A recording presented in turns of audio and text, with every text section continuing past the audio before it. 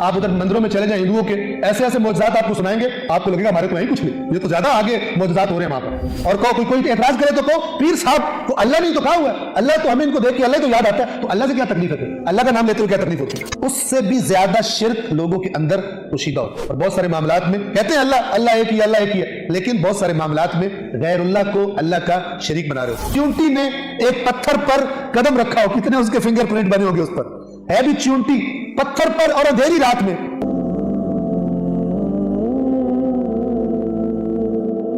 نے فرمایا تھا، یہ روایت ہے جو وسائل الشیعہ میں موجود ہے، کہ شرک چیونٹی کے اس نقش قدم سے بھی زیادہ پوشیدہ ہے جو سیاہ پتھر پر رات کی تاریکی میں لگ گیا ہو۔ چیونٹی نے ایک پتھر پر قدم رکھا ہو، کتنے اس کے فنگر پرنٹ بنے ہوں گے اس پر، ہے بھی چیونٹی پتھر پر، اور اندھیری رات میں۔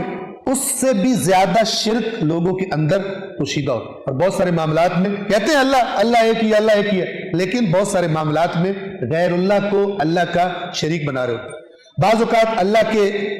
نبیوں کو اللہ کا شریک بنا لیتے ہیں، جیسے حضرت عیسیٰ کے ساتھ کیا، ٹھیک ہے۔ بعض اوقات مقدس ہستیوں کو، بعض اوقات پیروں فقیروں کو، ٹھیک ہے، وہ جناب ہمیں تو پیر صاحب نے بچہ دیا ہے، نبی کہہ رہے ہیں کہ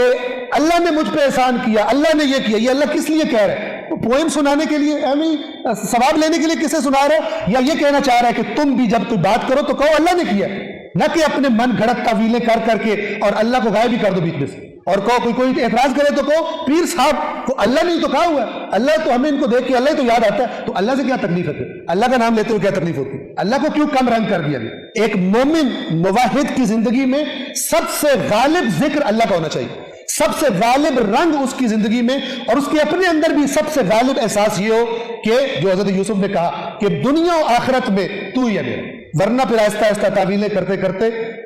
انسان یہاں تک آ جاتا ہے کہ بے جان چیزوں کو اپنے من گھڑت روایتیں بنا کر بے جان چیزوں کو سمجھتا ہے کہ پتہ نہیں اس کے اندر سے کیا تاثیر اور کرنٹ نکلے گا، اور پتہ نہیں یہ کر دے گا اور وہ ہو جائے گا، سارا کچھ اس کی وجہ سے ہو رہا ہے۔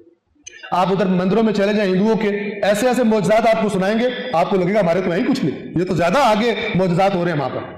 آپ چرچ میں چلے جائیں، وہاں پہ اتنے زیادہ وہ کہیں گے۔ اسی کراچی میں مجھے ایک فون آیا تھا کسی خاتون کا، کسی بڑی پریشانی میں تھی، مجھے کہتی ہے میری ایک سہیلی ہے کرسچن، میں زیارتوں پہ گئی ہوں، میں ادھر گئی ہوں، کہیں سے میرا مسئلہ حل نہیں ہوا، تو میری ایک کرسچن سہیلی ہے، اس نے کہا ہمارا ایک چرچ ہے، وہاں پہ ہر مراد پوری ہوتی ہے، تو میں وہاں چلی جاؤں۔ اندازہ لگاؤ ذرا، یہ ہماری توحید کی کیفیت ہے کہ مسئلہ حل کرانا ہے، چاہے چرچ میں جا کے ہو جائے، چاہے فلان ہو جائے، ایسی حرکات لوگ کرتے۔ تو اللہ کے نبی نے فرمایا کہ اس شرک اس چیونٹی کے پاؤں سے، اس کے نقش قدم سے بھی زیادہ پوشیدہ موجود ہوتا ہے جو سیاہ پتھر پر رات کی تاریکی میں ثبت ہو گیا ہو۔